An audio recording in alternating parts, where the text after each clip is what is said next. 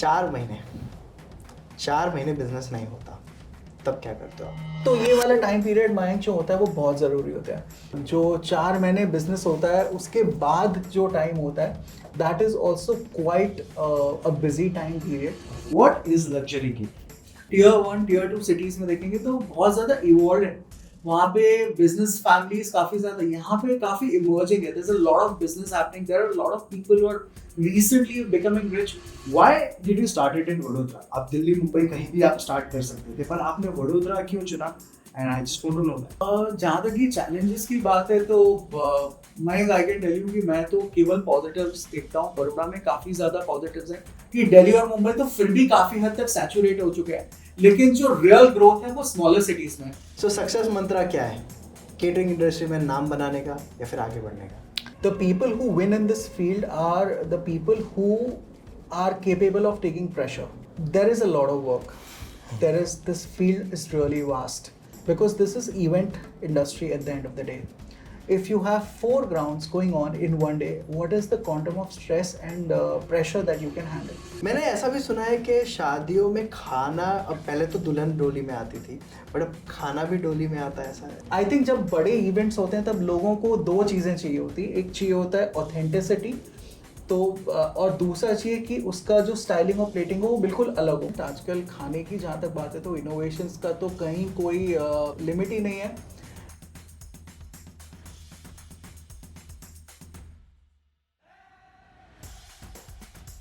Hi, welcome to Arctic circle. और इस podcast में हमारे साथ हैं मिस्टर वेदांग शाह। आज हम जो इंडस्ट्री पे बात करने वाले हैं वो बहुत ही एक अनऑर्गेनाइज सेक्टर है, थोड़ा सा अनब्रांडेड भी है।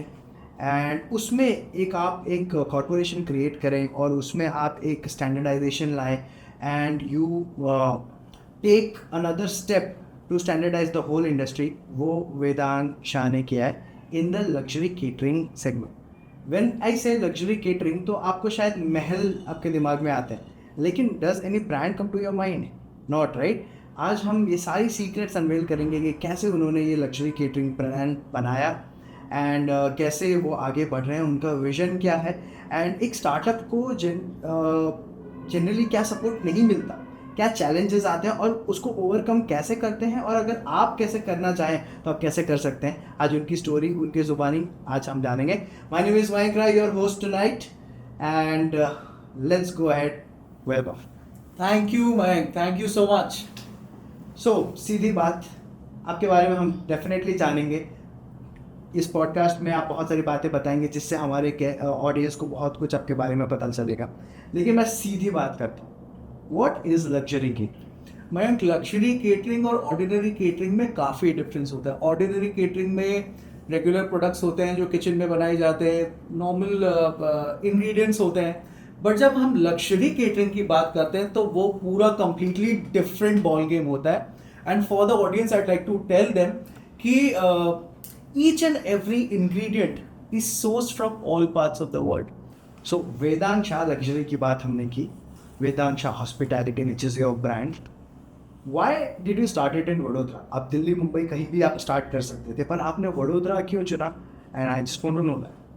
मयंक, मुझे लगता है कि जो टीयर 1 और टीयर 2 सिटीज़ के एडवांटेजेस है वो बिल्कुल नेक्स्ट लेवल है, क्योंकि ये वो सिटीज़ है जहाँ पे अभी तक बहुत ज़्यादा एक्सप्लोर नहीं किया गया है। मैं पर्सनली मानता हूँ कि दिल्ली और मुंबई तो फिर भी काफ़ी हद तक सैचुरेट हो चुके हैं, लेकिन जो रियल ग्रोथ है वो स्मॉलर सिटीज़ में।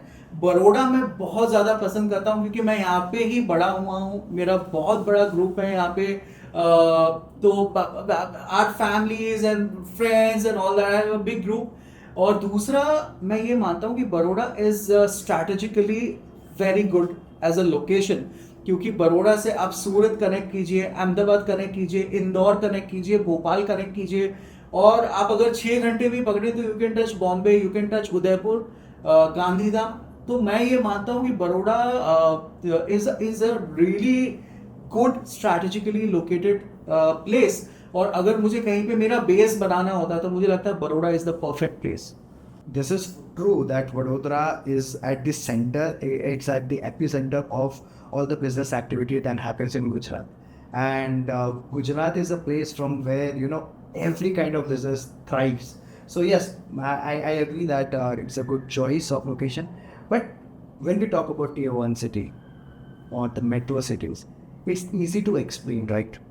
It's easy to explain what is luxury catering. People are looking for fine dining experience. But when you come to a city which is going in the tier one category, we are not in tier two, but we are there, not yet there, right? So when we talk about the challenges, that what are the challenges that you face in a city like Vadodara? So please highlight some challenges there. I think that's a very interesting question. So Mayank, I am a Baroda's boy. यहीं पे बड़ा हुआ हूँ. मुझे ऐसा लगता है कि स्कूलिंग कॉलेज सब यहाँ पे होने के बाद मेरे जो ग्रुप हैं वो काफ़ी बड़े हैं. यहाँ पे बहुत लोग मुझे जानते हैं, मैं बहुत लोगों को जानता हूँ. तो मैंने ये सोचा कि जब नया वेंचर शुरू करना है तो क्या ज़रूरत है ज़बरदस्ती कि हम लोग मुंबई या दिल्ली में या बैंगलोर में शुरू करें. वो काम तो यहाँ से भी किया जा सकता है. हम हमारी टीम्स भेज सकते हैं, वहाँ पे जाके खाना सर्व हो ही सकता है. जो tier one tier two cities के एडवांटेजेस है ना, वो नेक्स्ट लेवल है.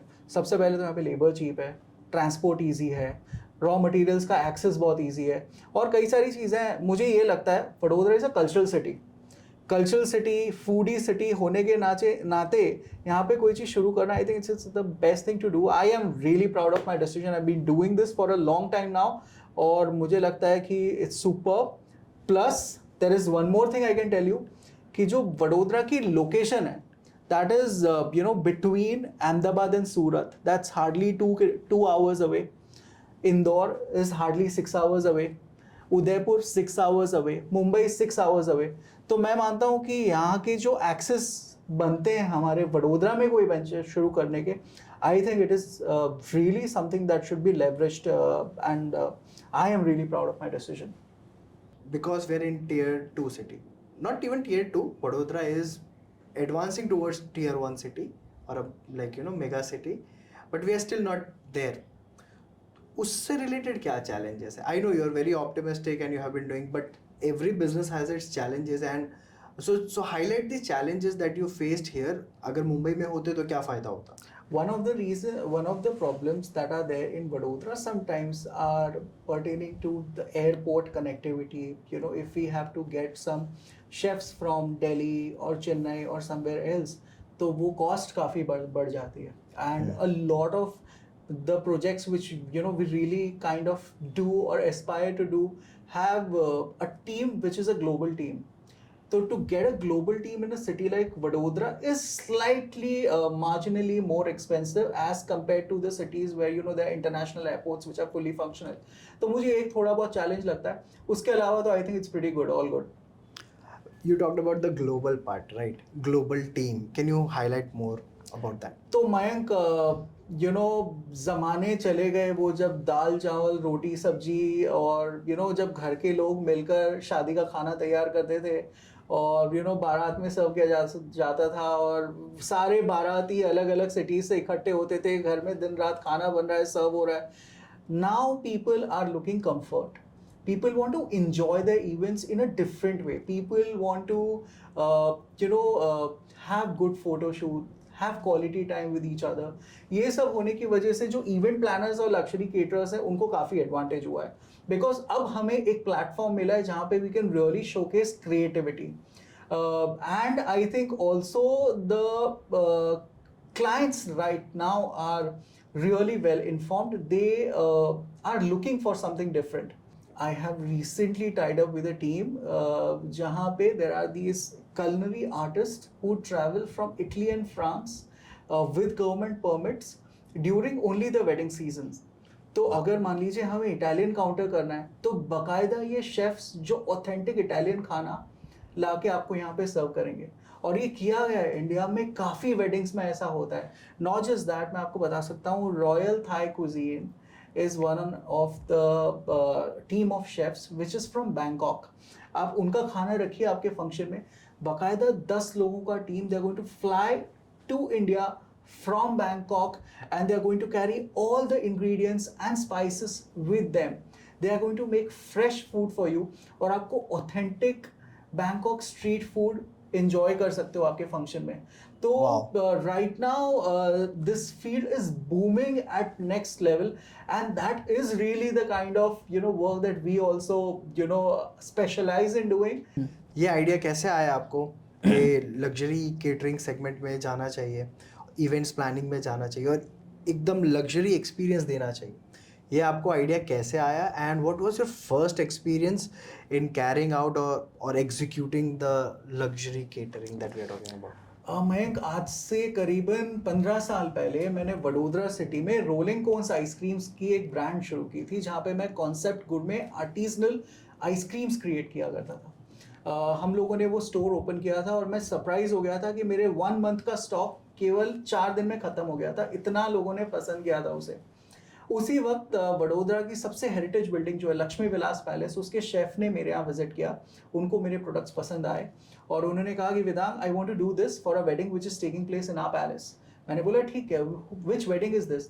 तो उन्होंने बताया कि वडोदरा के जो नोन क्रिकेटर्स हैं इरफान पठान और यूसुफ पठान, उनकी सिस्टर का वेडिंग है और वहाँ पे आपके आइसक्रीम्स हम शोकेस करना चाहेंगे। I did it and that product over there was really appreciated. लोगों ने इतना पसंद किया और आई थिंक मुझे ऐसा लगता है कि it was really one of the highlights of the whole menu. और फिर धीरे धीरे इवेंट्स इंडस्ट्री के अंदर मेरा एक्सपोजर बढ़ता गया। I came up with a lot of different products, but you know, I was doing it and I was working with many event planners। और तभी कुछ सालों पहले actually I'm a खंडेलवाल, तो my dad's friend called me कि बोले Vedang, खंडेलवाल्स are meeting for a समाज gathering and they want to have a lavish food, so which caterer should we engage for that?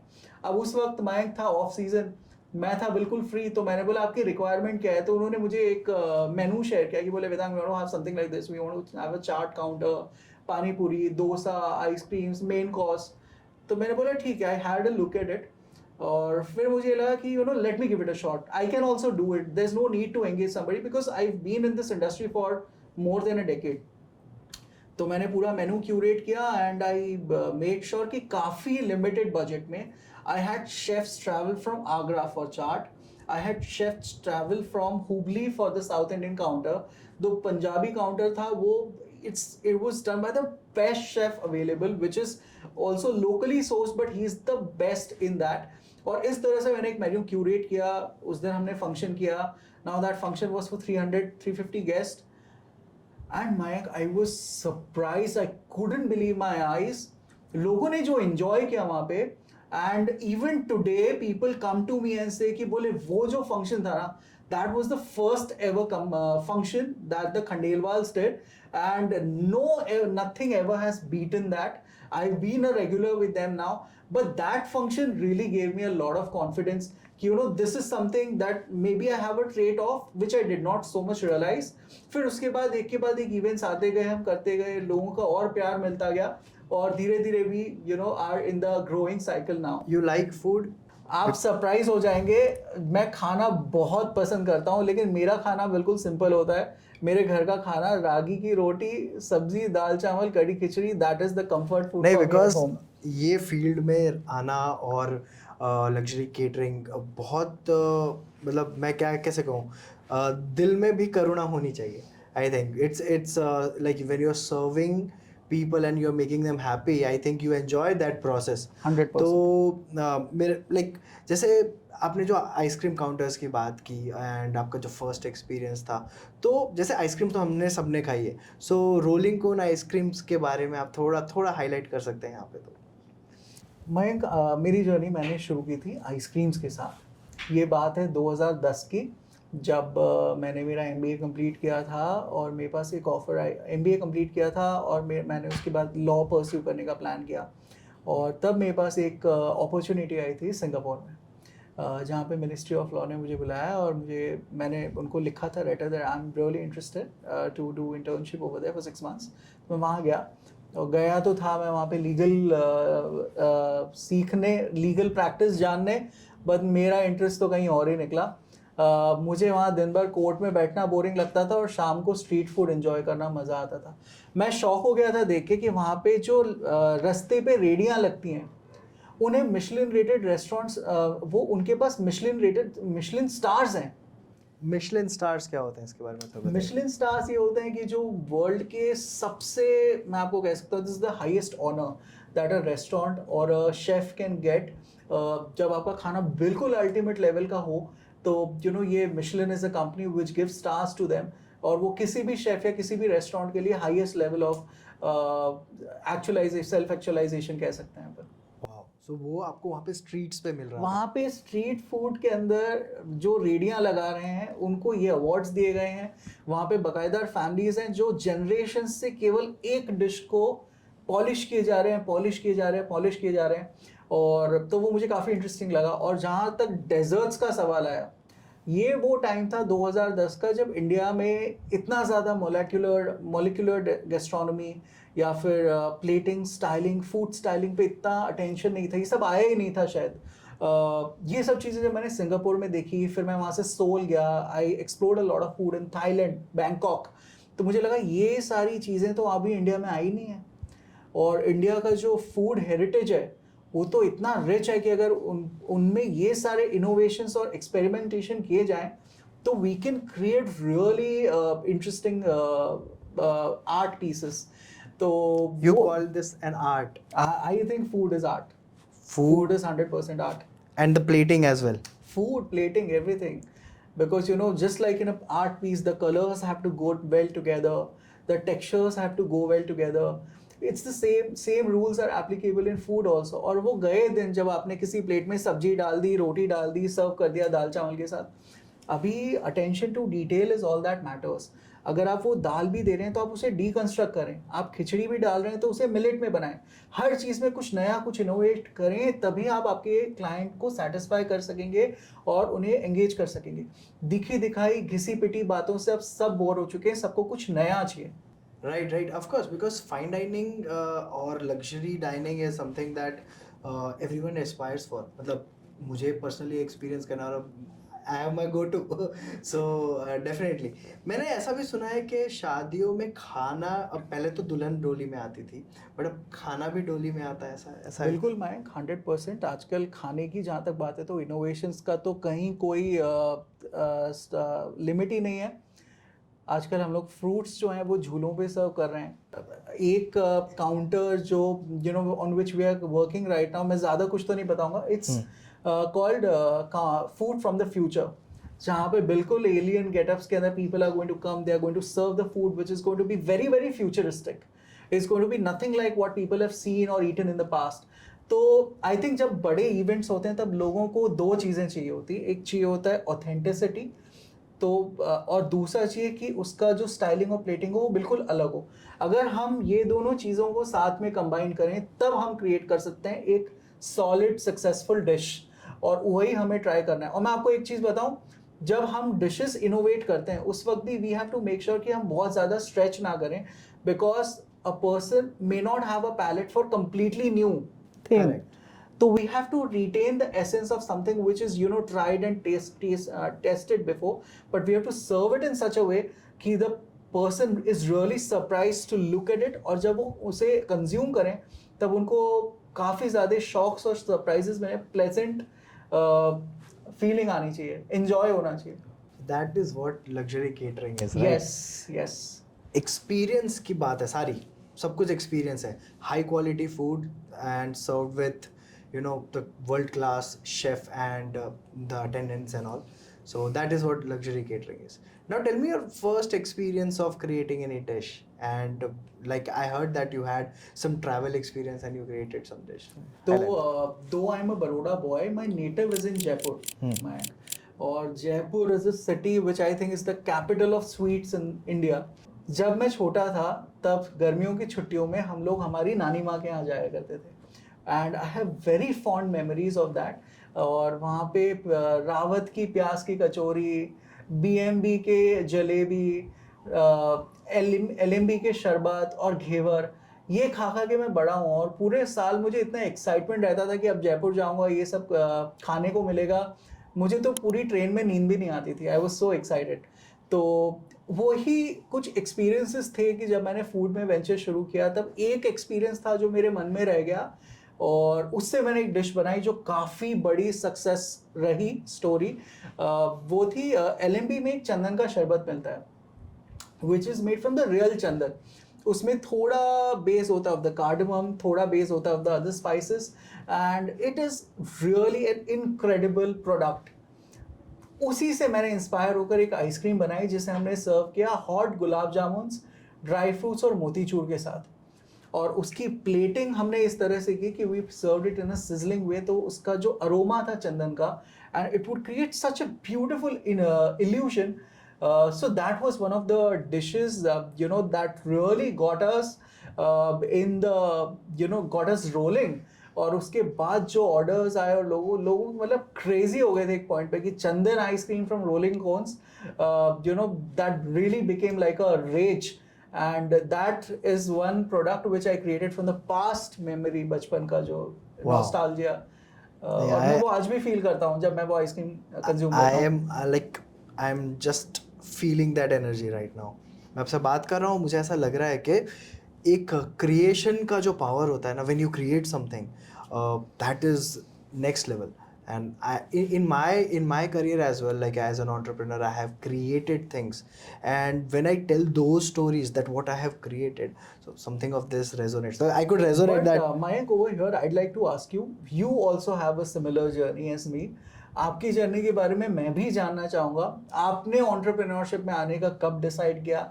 आप डियोसा फॉरएवर के फेस हैं, जो एक काफ़ी इमर्जिंग ब्रांड है जो हम सब ने देखा है, हमारी फैमिलीज में यूज़ हुआ है. उसके बारे में भी मैं थोड़ा और जानना चाहूँगा. मुझे कुछ अलग बताइए. See, मेरी entrepreneurship की जो जर्नी थी, it started with a fight basically. Okay. बहुत कम लोगों को पता है, एंड आपने आज पूछा है तो मैं आपको ये बता रहा हूँ. जनरली जब मुझे कोई क्वेश्चन पूछता है तो मैं बोलता हूँ मैं बी स्कूल गया था, एंड तब मैंने सब कुछ ऐसा सोचा कि मैं कुछ करूँगा and all. But the real story goes back to 2012, and मैं IIT खड़गपुर गया था. हम लोग सारे फ्रेंड्स मिलके वहाँ पे गए. हमने एक रोबोटिक कंपटीशन में पार्टिसिपेट किया था. हमने सोचा था फेस्ट एंजॉय करेंगे पूरा. बहुत सारे गेस्ट आ रहे थे, पायरो शो था, मैजिक शो था, lot like great show. IIT Kharagpur की बात कर रहा हूँ मैं. सो हम ऐसे एक छोटा सा प्रोजेक्ट लेके चले गए. There was a guy, I was talking to Nelson Holger. He was he is called the father of Super String Theory and all. I might not be right about that fact, but he at that time we had that notion कि he is the father of Super String Theory, तो इनको जाके मिलते हैं. And IIT के एक coordinator ने मुझे कान में आके ऐसे पीछे चूटी भरी और फिर कान में आके बोला चल निकल यहाँ से. एंड मुझे गुस्सा आया उस टाइम, मैं बहुत गुस्सा आया. और मैंने ऐसे ऐसे उसको गालियाँ दी वहाँ पे, जो शायद सर को तो नहीं समझ में आई होगी लेकिन उसको समझ में आ गई थी. And at that time I made sure कि यहाँ से अगर कोई जीत के जाएगा उस इवेंट में तो मैं ही होऊंगा. And in one night we created a robot. Google use किया, सीनियर्स को यूज़ किया, हमारी नॉलेज लगाई, वहाँ पे जितने पार्टिसिपेंट्स आए तो उनकी मदद ली और एक मुहिम खड़ी कर दी कि इनको हराना है, मतलब कुछ भी हो IIT खड़गपुर को हराना है. एंड वो हम हरा तो नहीं पाए, वो फर्स्ट आए थे, हम लोग थर्ड आए थे. लेकिन जहाँ हम कुछ करने ही नहीं वाले थे, हम जहाँ पे एक फेस्ट एंजॉय करके चले जाने वाले थे, वहाँ पे हमने कुछ क्रिएट किया. एंड मैंने सब लोगों को काम पे लगाया. And at that night I understood that I can make people do things. Of course, the positive part, I can inspire people, I can unite people, because I think business is people. अगर लोग आपके घर पे चले गए और कल नहीं आए तो आपकी कंपनी नहीं आएगी boss. This is where I realized that हाँ, I can do something. So यहाँ से मेरी जर्नी स्टार्ट हुई. And Diosa Forever is a luxury handbag brand जहाँ पे हम लोग एक यूनिक मटेरियल से बैग क्रिएट करें, and we are incorporating technology in that as well. So that's about. Okay, so my next question for you is, community बहुत बड़ी है, unorganized है. कुछ suggestions इसको better करने के लिए, कुछ points ऐसे हैं जो आपको negative लगता है कि इसको ठीक करना चाहिए. देखिए मयंक, मैं इंडिया के सारे केटरर्स से एक अपील करना चाहूँगा कि जितने भी हमारे फंक्शंस होते हैं वो हमारे स्टाफ के कंधों पर होते हैं. वही लोग होते हैं जो हमारे फेस होते हैं. मगर अनफॉर्चुनेटली कई बार ये देखा जाता है कि जब हमारे यहाँ शादी या एंगेजमेंट या बर्थडे पार्टीज़ का इवेंट होता है, वो शुरू हो रहा है शाम को 4 बजे से, उसकी तैयारी हम शुरू कर रहे हैं, गेस्ट आना शुरू कर रहे हैं 7 बजे के आसपास, पूरा फंक्शन ख़त्म होते होते कभी 12 बज जाते हैं, कभी 1, कभी 2, कभी 3. बट इट्स रैदर अनफॉर्चुनेट कि जो स्टाफ हमें खाना सर्व कर रहा है, कई बार, नॉट ऑलवेज बट कई बार, इनफैक्ट मैं कह सकता हूँ मेजॉरिटी ऑफ द टाइम वो लोग भूखे होते हैं. कई बार उनको पानी भी नहीं मिलता और उन लोगों को फूड सर्व किया जाता है पूरा फंक्शन ख़त्म होने के बाद। जब हमने वेदांशा हॉस्पिटैलिटी शुरू किया तब मैंने ये किया कि हमारा कोई भी फंक्शन हो, सबसे पहले हम स्टाफ को खाना सर्व करेंगे, भले ही वो एक सिंपल सा कोई स्नैक हो, साथ में कोल्ड ड्रिंक्स हो, जूसेस हो, कुछ भी हो, but I feel that the staff should be really fed well. और मैं ये मानता हूँ कि as a mark of respect also हमें सबसे पहले स्टाफ को सर्व करना चाहिए और उसके बाद हमें क्लाइंट्स का सोचना चाहिए। Right. और एक और चीज़ जो मैं क्लाइंट्स के साथ भी अपील करूँगा कि जब आप इतने बड़े बड़े बजट्स रखते हैं, जब आप मान लीजिए 1000 या 2000 लोगों को खाना खिला रहे हैं फुल फ्लेज, तो उसमें आप एक सर्टेन पोर्शन, पूरा तो नहीं लेकिन मान लीजिए 2% एक्स्ट्रा आप भी रख सकते हैं, कंप्लीटली वॉलंटरी, कि भाई जो स्टाफ हमारे फंक्शन के अंदर आके पूरा काम संभालेंगे, ये उनके लिए है as a token of appreciation, या फिर आप इससे उनका एडिशनल खाना ले आएँ या उनको एडिशनल कंफर्ट दे दें। तो ये एक अपील मैं क्लाइंट्स के साथ भी करना चाहूँगा कि we become more human and more humane, और हम जो स्टाफ है उसको रोबोट्स की तरह ना ट्रीट करें और उनको ह्यूमन बींग्स की तरह ट्रीट करें, और we are all part of the same fraternity, at the end of the day we are all equals. जैसे आपने स्टाफ की बात की, तो आपका स्टाफ कैसा है? मैं जानना चाहता हूँ कि आप डिस्क्राइब करो कि आपके स्टाफ में कैसे मेंबर्स होते हैं, like from the time of from the chef till the execution point. तो कैन यू डिस्क्राइब योर तो स्टाफ? माइक, मैं आपको बताना चाहूँगा कि इसमें काफ़ी अलग अलग डिपार्टमेंट्स होते हैं। जो किचन का डिपार्टमेंट होता है वो तो कम्प्लीटली डिफरेंट होता है, which is very similar to कोई भी होटल में जो हायरार्की होती है, उस हिसाब से there are chefs, there are people taking care of the kitchen and the entire hierarchy is followed. Event का बॉल गेम बिल्कुल डिफरेंट होता है। वहाँ पे मान लीजिए अगर हम फूड डिपार्टमेंट की बात करें तो एक होता है केटरर, उसके अंदर होता है कैप्टन, उसके अंदर होता है स्टूअर्ड्स जो आपके खाना सर्व करते हैं, उसके अलावा होते हैं शैडोज जो जैसे अगर आप बैठ के खाना खा रहे हैं तो वो आपके पीछे खड़े रहेंगे, आपको कोई भी चीज़ चाहिए तो वो ला के देंगे। उसके अलावा एक कैटेगरी होती है जिसे कहते हैं PRO हमारे बिजनेस में, पब्लिक रिलेशंस ऑफिसर, जो बेसिकली होती हैं गर्ल्स। तो ये गर्ल्स होती हैं जो कई बार बड़ी सिटीज़ से बुलाई जाती हैं, जो आती हैं और वो उस फंक्शन में काफ़ी वार्म हॉस्पिटैलिटी के साथ खाना सर्व करती हैं। एक नया ट्रेंड आजकल देखा जा रहा है कि लोग उसी तरह से बड़ी सिटीज़ से बॉयज़ भी बुलाना प्रेफर करते हैं, उनको कहते हैं बटलर्स। तो वो बटलर्स आते हैं, वो भी असिस्ट करते हैं। उसके अलावा वहाँ पे काउंटर्स पे खड़े होते हैं सर्वर्स, जो आपका जो खाना है वो आपको सर्व करते हैं। फिर एक होता है department which is for the waste management. तो उसमें वो अलग ही टीम होती है कि जो जहाँ पे जितना भी अगर कहीं पे कुछ वेस्ट गिरा हुआ है तो वो पूरा ग्राउंड क्लियर रखते हैं, जो प्लेट्स वगैरह है वो क्लीनिंग एरिया में लेके जाते हैं। उसके अलावा एक और डिपार्टमेंट होता है जिसे कहते हैं घाटीज़ का। आप सरप्राइज हो जाएंगे बट घाटीज़ actually get some of the maximum salaries on the ground, और ये वो लोग होते हैं जो प्लेट्स को वॉश करते हैं। Okay. तो सारी प्लेट्स, सारी क्रॉकरी, सारे शॉफन डिशेस, सारी स्पून्स, ये सारी चीज़ें इवेंट शुरू होने से पहले वॉश होती है, पहले की नहीं की भी होती, ताकि जब गेस्ट वो प्लेट में खाना लें तो एकदम brand new, neat and clean होनी चाहिए, बिल्कुल हाइजीनिक होनी चाहिए। और जैसे ही फंक्शन शुरू होता है वैसे ही वेस्ट डिपार्टमेंट वहाँ से लेके जाता है और वो कंटिन्यूसली वो डिशेस वॉश होती रहती है, और जैसे जैसे इवेंट खत्म होता है उसके साथ साथ वो वॉशिंग भी पूरी कंप्लीट हो जाती है। It's like a show, like बहुत सारी चीज़ें हमको लगता है कि सब वेटर्स हैं, हमारे दिमाग में ऐसा ही होता है। हम कहीं गए हैं डाइनिंग के लिए, we think everybody is an attendant who is part of the team, हम एक ही टाइप से देख रहे हैं। Now I got to know that so many different roles are there and किनका रोल कितना इम्पोर्टेंट है। So now coming to very tough question, like which is not light, मैं आपको शायद ना पसंद आए। 4 महीने बिजनेस नहीं होता, तब क्या करते हो आप?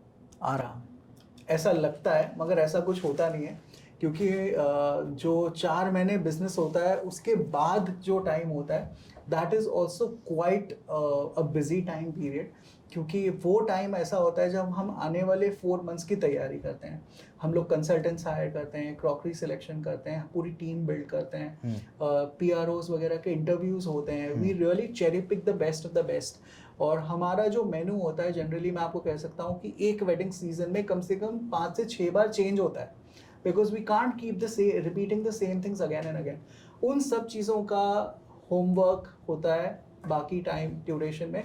और मैं आपको कह सकता हूँ मयंक, पूरे वर्ल्ड में अभी तो हॉस्पिटैलिटी इंडस्ट्री इतना इवॉल्व कर चुकी है कि इतने अमेजिंग एग्जीबिशंस रखे जाते हैं, भले ही वो आहार एग्जीबिशन हो जो दिल्ली में होता है प्रगति मैदान में, या फिर वो इंडियन केटरिंग एशिया एग्जीबिशन हो जो वाह। नोएडा में होता है, या फिर IHE इंडियन हॉस्पिटैलिटी एग्जीबिशन हो जो अगेन नोएडा में होता है। और अभी रिसेंटली एक एग्जीबिशन हुआ था इन गुड़गांव, द गूरमे फेस्ट।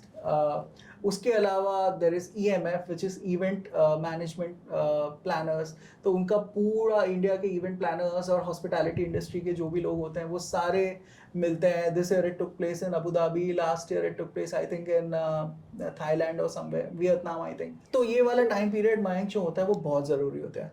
और इसी के अलावा ये टाइम पीरियड इवन क्लाइंट्स के लिए काफ़ी इंपॉर्टेंट होता है, क्योंकि इस टाइम पर सारे क्लाइंट्स आने वाले वेडिंग सीजन के लिए अपने ऑप्शंस इवैल्यूएट करते हैं।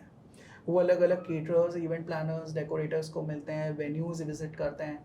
तो मीटिंग्स तो चलती रहती है, स्टाफ है वो भी बिजी रहता है। और जहाँ तक केटरिंग की बात है तो मैं आपको कह सकता हूँ कि छोटे बड़े फंक्शंस बहुत सारे चलते ही रहते हैं। कभी किसी की बर्थडे पार्टी हो, कभी किसी की एनिवर्सरी हो, कभी friends are getting together, Navratri party हो, प्री नवरात्रि पार्टी हो। तो इस तरीके से गैदरिंग्स चलती रहती है, खाना चलता रहता है, और बाकी टाइम भी इट्स आई थिंक मोर और लेस सिमिलर, यानी मेहनत तो पूरी चालू ही रहती चालू ही रहती है। ये वी कैन नॉट से कि आप लाइक सिर्फ वेडिंग सीजन में आप एक्टिव हैं, लाइक पूरी प्लानिंग पहले होती है। प्लानिंग पहले होती है, 6-7 मैं महीने पहले से शादी की तैयारियां चालू हो जाती हैं। चालू हो जाती है। और मैं तो आपको कह सकता हूँ कि कभी कभी टाइम इतना हेक्टिक हो जाता है कि जो एग्जीबिशन अटेंड करने दिल्ली आ रहे हैं तभी अपने मन को कह लेते हैं कि हमारी वैकेशन हो गई, बिकॉज रियल वैकेशंस लेने का there is no time. Right but ठीक है, it's all about experience. You are travelling, you are serving food, party तो है। So your life is, I can feel that your life is like a party, a big party. So बहुत exciting तो लग रहा है। अच्छा, why people call you Sabyasachi of luxury catering? Mayank, this is a line which has been used upon me many times recently I've by heard, a number of the clients. I've been to Or some meetings. I'll tell you, I've been to some meetings, and I was introduced to you like that. Been to a very good meeting. I'll not say it was a big forum in, a nice setup in a hotel, and they told me that khana and luxury catering and events ke Sabyasachi hain. So that's how I was introduced to him. So now you tell me why you got that name and who gave you that name? I think so we've got an opportunity to serve food to a known family of the city which is from the construction field. और वहाँ पे हमने खाना किया, and I kind of got regular with that group. I think Sabyasachi is one person who is absolutely extraordinary. He's a visionary. His attention to detail is next level. He understands his customers, his clients completely differently. He is really engaged. He's very close to his clients. And आप अगर आप उनका show देखें, band बाजा bride, तो it's not just giving any piece of outfit to the client, but he really spends time. He tries to understand the background. He tries to understand what the client wants, और वो उसी तरह से कुछ customise नया create करके उनको देते हैं। जनरली कई बार देखा जाता है कि सेटअप टेम्पलेट्स हैं और उन्हीं को छापा जा रहा है बार बार। That is not how we operate. जब मेरे पास कोई क्लाइंट आते हैं तो मैं उनको सबसे पहले ये पूछता हूँ कि ये खाना आपका है, मैं तो आपको बढ़िया से बढ़िया ऑप्शंस दिखा दूंगा, बट आप मुझे आपके बारे में बताइए। मयंक, आप जान के सरप्राइज हो जाएंगे कि चाहे कोई भी फंक्शन हो, स्मॉल हो या बड़ा हो, हर फंक्शन में मैं 2 आइटम्स ऐसी रखता हूँ which is the clients personal recipe which is his favourite from his house. वो अभी दादी माँ की खिचड़ी हो, या वो किसी अलग तरह का हलवा हो, या लौकी का हलवा हो, या फिर कोई ऐसी चीज़ जो, क्योंकि मैं ये मानता हूँ कि ये खाना भले ही मैं कर रहा हूँ मगर ये मेरा खाना नहीं है, ये खाना उन गेस्ट का है, उन क्लाइंट का है। जब वो खाना कर रहे हैं तो मैं तो उनको सब देता हूँ, बट उनके पास उनका खाना भी एक शोकेस होना चाहिए वहाँ पे कि this is what our family stands for, this is what how we eat in our family. तो वो एक जो कस्टमाइज वाली चीज़ है जो मैंने उनसे काफ़ी इंस्पिरेशन मिला है मुझे, may be because of that. ये सुन के मुझे बहुत अच्छा लग रहा है. Literally I am telling you, the way you describe the process, phenomenal. अच्छा लगा मुझे सुन के. And many people think that खाना ही तो है, बट ये सिर्फ खाना ही नहीं है. बनाने वाला भी खुश होना चाहिए, खिलाने वाला भी खुश होना चाहिए, और जो खा रहा है वो तो उसको तो खुश होना ही चाहिए. सो ये पूरा एक्सपीरियंस का गेम है. आई थिंक मैं बार बार ये वर्ड रिपीट कर रहा हूँ, एक्सपीरियंस का अकेले, क्योंकि that's what I am getting. कि एक्सपीरियंस अगर गलत हो गया तो आई थिंक पूरा इवेंट ख़राब हो जाता है. लाइक शादी, अगर बड़ी शादी और खाना ही ख़राब हो तो चाहे आपने कितना भी अच्छा डेकोर किया हो, it doesn't matter. Okay, so success mantra क्या है केटरिंग इंडस्ट्री में, नाम बनाने का या फिर आगे बढ़ने का? सक्सेस मंत्रा केटरिंग इंडस्ट्री में मयंक ये है कि there is a lot of work. There is, this field is really vast. The people who win in this field are the people who are capable of taking pressure, because this is event industry at the end of the day. If you have 4 grounds going on in one day, what is the quantum of stress and pressure that you can handle? How much pressure can your team handle? And secondly, what are the level of sacrifices that you are ready to make? Because मान लीजिए अगर कोई function है और आपके friends circle में या कहीं पर कोई मिसहैप हुआ, you can't leave the place.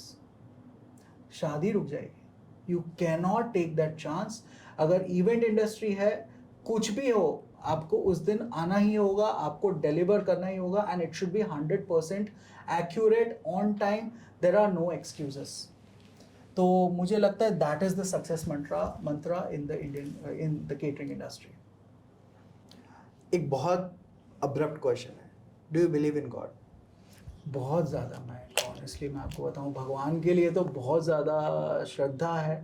मैं तो मानता हूं कि जो भी कुछ है सब भगवान का ही दिया हुआ है. और मैं कहना तो नहीं चाहूँगा because I think it's better to keep private, मगर कुछ चीज़ें हैं जो मैं एनुअली अटेंड करना पसंद करता हूँ. तो मैं, and I been really fortunate. तो as far as the religion and spirituality is concerned, I am 100% game, and I really try to do my best. मुझे पता है आप महाकाल का आशीर्वाद हर साल लेते हो, right? So yeah I know that. I know when you go to this spiritual places, and मुझे लगता है प्रार्थना बहुत ज़रूरी है. प्रार्थना बहुत ज़रूरी है. मुझे ऐसा लगता है ये स्पिरिचुअल प्लेसेस जो होती हैं उनकी वाइब्रेशन से कुछ अलग होती हैं. ये एक ऐसे प्लेसेस हैं जो time immemorial, I think Rigveda और काफ़ी पुराणों के अंदर इन जगहों के मेंशन है. अब मैं ये मानता हूँ कि अगर इतने हज़ारों सालों से वहाँ लोग आ रहे हैं, प्रे कर रहे हैं, तो there is definitely something which is changed in the aura over there. वहाँ जाके कुछ अलग ही हिट करता है. मुझे वो बहुत पसंद है, और मैं जब भी पॉसिबल हो, I really like to go and attend. और मैं तो मानता हूँ भगवान ही है, माता पिता का आशीर्वाद है, और क्या है, बाकी तो कुछ नहीं है. बाकी अच्छा, जैसे हमने बहुत फूड की बात की, सर्विंग की बात की, भगवान की भी बात की, बिजनेस मंत्रा, लेकिन eight the end of the day एक रिस्पॉन्सिबिलिटी का क्वेश्चन पूछता हूँ. फूड वेस्ट होता है? फूड में काफ़ी वेस्ट होता है, और उसका क्या बहुत होता है? वेस्ट होता है. और मैं आपको कह सकता हूँ, जैसे मान लीजिए आप लंच प्रोजेक्ट हो तो खाना मॉर्निंग में बनना शुरू होता है, फंक्शन ख़त्म होते होते 3-4 बज जाते हैं. अगर नाइट का फंक्शन हो तो कई बार फंक्शन ख़त्म होते होते रात के 2, 2:30, 3 बज जाते हैं. कुछ आर्मीज़ हैं, कुछ NGOs हैं जो फंक्शंस का बचा हुआ खाना सोर्स करते हैं, और वो जाके जो सर्टन स्टाटा हैं वहाँ पे डिस्ट्रीब्यूट करते हैं ताकि उनका पेट भर सके, वो खाना ले सकें. बट मैं पर्सनली ये मानता हूँ कि जो होटल्स और जो रेस्टोरेंट्स और केटरिंग का खाना हो, वो आफ्टर द इवेंट पूरी तरह से डिस्ट्रॉय कर देना चाहिए, उसको ऐसा डंप कर देना चाहिए. क्योंकि आप देखिए मयंक, अगर कोई शाम का फंक्शन है तो उसका खाना बनना शुरू हो रहा है 3, 4, 5, 6 बजे से, और वो फंक्शन पूरा कंप्लीट होगा, उसके बाद सारे यूटेंसिल्स वेकेट होंगे, ये होते होते कम से कम 3-4 बज जाएंगे रात के. That food is not good for consumption. आप कोई भी खाना तैयार करें तो there is only a certain stipulated time frame within which you can consume. उसके बाद खाना खाने के बाद अगर किसी को हेल्थ कोई प्रॉब्लम्स आए तो who is going to be responsible? Generally हम ऐसा सोचते हैं कि खाना बच जाए तो leftover should be saved and donated. बिल्कुल नहीं, क्योंकि जो केटरिंग इंडस्ट्री होती है उसमें होटल्स में तो फिर भी मान लीजिए बड़े बड़े कोल्ड रूम्स होते हैं, कोल्ड चेन्स, बट कोई केटरिंग के अंदर इट्स नॉट पॉसिबल कि आप पूरा पूरा कोल्ड स्टोरेज का रूम वहाँ पे लेके जाएं ऑन ग्राउंड, तो इट इज़ प्रैक्टिकली इम्पॉसिबल। और इसी वजह से मैं हमेशा ये करता हूँ कि जितना भी खाना हो उसे पूरी तरह से डंप कर दिया जाए, डिस्ट्रॉय कर दिया जाए according to the government policies वहाँ पे कैसे होता है। और अगर आप वाकई में चैरिटी करना चाहते हैं तो आप कीजिए, you make fresh good food for the people whom you want to serve them hot. आप अगर साल में 25 केटरिंग कर रहे हैं अपने फ्रेंड्स के लिए, तो आप वही एक केटरिंग करवाइए किसी ऑर्फनेज के लिए। आप वही सेम क्वालिटी में कॉम्प्रोमाइज मत कराइए। आप आपकी बर्थडे पे आप एक केटरिंग करवाइए किसी वृद्धाश्रम में। उस तरह की चैरिटी कीजिए। जो बचा हुआ खाना है, जो एक्सपायर्ड खाना है, वो प्लीज़ कभी किसी को फॉरवर्ड ना करें। आप उनका भला नहीं, शायद आप उनका बहुत नुकसान कर दोगे। बहुत अच्छा लगा आपसे बात करके एंड बहुत सारे इंसाइट्स मुझे खुद को मिले खाने को लेके, प्रेजेंटेशन को लेके, बिजनेस को लेके। And you have vast experience in this field and you are doing good because grace everything. I keep on seeing your growth and being your friend I know how you have taken your things further and कितना नाम है वडोदरा में। So all the best wishes to you and your team and all your efforts। लेकिन यहाँ पे at this point मेरे पास और भी छोटे छोटे क्वेश्चंस हैं, रैपिड फायर। चलो मेरा पहला क्वेश्चन है, अगर खाना बात कर सकता तो आपसे क्या कहता? अगर खाना बात कर सकता तो शायद मेरी सिग्नेचर डिश मुझे ये कहती कि थोड़ा कम स्पाइसी करो यार। So okay next question। सबसे बिजार फूड रिक्वेस्ट क्या आई है आपके पास? सबसे बिजार फूड रिक्वेस्ट आई थी मेरे पास एक क्लाइंट जिन्होंने कहा था कि वेदांग हमें 2 तरह की आइसक्रीम रखनी है हमारे फंक्शन में। एक होनी चाहिए बटर पॉपकॉर्न फ्लेवर और दूसरी होनी चाहिए खांडवी फ्लेवर। तो but Mayank, you will be shocked to know it's actually a thing. Butter popcorn ice cream is something that we came up with and it was super। और khandvi ice cream तो it's next level. मैं आपको कभी try कराऊंगा, come to my office. 100%। अगर कोई historical figure आपके सामने आ जाए, मान लो यहाँ पे गांधी जी आ जाए या फॉर एग्जांपल सुभाष चंद्र बोस आ जाए, so what whoever is your favourite, उनको आप क्या खिलाओगे? आई थिंक मैं काफ़ी बड़ा फ़ैन हूँ भगत सिंह जी का। मेरे कंपनी में बने हुए पिंडी छोले भटूरे कुलचे सर्व करना चाहूँगा और मुझे लगता है एक फियरी स्पाइसी बिग प्लेटर उनके लिए बनाऊँगा which is going to be full of Punjabi platter, जिसमें नान्स और ग्रेवीज, पनीर, एवरीथिंग, मखनी दाल, ये वो करके I am going to make a nice big thali meal for him. भूख लग गई। और उनको सर्व करूँगा। अगर मुझे महात्मा गांधी जी को सर्व करने का मौका मिला तो उनके लिए मैं बनाऊंगा एक काफ़ी बड़ा स्प्रेड ऑफ अ गुजराती थाली विद अ फिरंगी ट्विस्ट, जिसमें इंग्रेडिएंट सोर्स होंगे from all over the world. 3 ingredients अगर इस दुनिया से बचा के भागना हो तो कौन से इंग्रेडिएंट्स लेके जाओगे?